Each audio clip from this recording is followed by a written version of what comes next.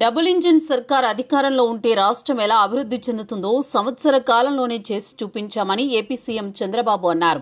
అమరావతిలో కూటమి ప్రభుత్వం సుపరిపాలనలో తొలి అడుగు పేరిట నిర్వహించిన కార్యక్రమంలో ఆయన మాట్లాడారు. స్వర్ణాంధ్ర 2047 లక్ష్య సాధనే ధ్యేయంగా పనిచేస్తున్నామని ముఖ్యమంత్రి వెల్లడించారు. ప్రస్తుతం రాష్ట్ర తలసరి ఆదాయం 2.6 లక్షలుగా ఉందని 2047 నాటికి దీనిని 55 లక్షలకు పెంచడమే లక్ష్యమని నిర్దేశించారు.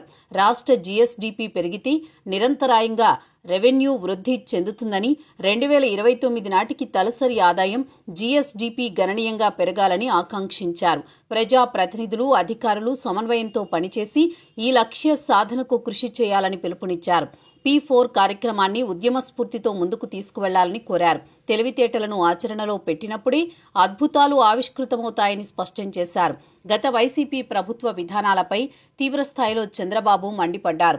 వారి అసమర్థ పాలన వల్ల రాష్ట్రం అభివృద్ధి పూర్తిగా కుంటుపడిందని, పెట్టుబడిదారుల్లో విశ్వాసం దెబ్బతిన్నదని ఆరోపించారు. 3 రాజధానుల ప్రతిపాదనతో రాష్ట్ర ప్రగతి ఆగిపోయిందని, ఈ 3 ముక్కలాటతో రాష్ట్రానికి రాజధాని లేకుండా పోయిందని ఆవేదన వ్యక్తం చేశారు. నీతి ఆయోగ్ నివేదిక ప్రకారం రాష్ట్రం అప్పుల్లో కూరుకుపోయిందని, వైసీపీ హయాంలో నిధులు పక్కదారి పట్టి దుర్వినియోగం అయ్యాయని విమర్శించారు. రాష్ట్రంలో కూటమి సర్కార్ అధికారంలోకి రాగానే సంక్షేమానికి పెద్దపీట వేశామని తెలిపారు.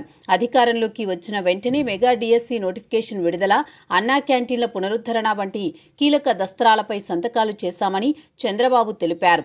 రాష్ట్ర వ్యాప్తంగా 213 అన్నా క్యాంటీన్ల ద్వారా కేవలం ₹5కే భోజనం అందిస్తున్నామని చెప్పారు.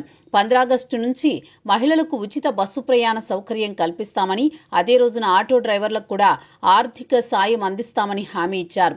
తల్లికి వందనం పథకం హామీని నిలబెట్టుకున్నామని, అడ్మిషన్లు పూర్తయిన తర్వాత 1వ తరగతి నుంచి ఇంటర్ విద్యార్థులకు కూడా ఈ పథకాన్ని వర్తింపజేస్తామని ప్రకటించారు. రైతులకు 90% రాయితీతో డ్రిప్ పరికరాలు అందజేస్తున్నామని చంద్రబాబు తెలిపారు.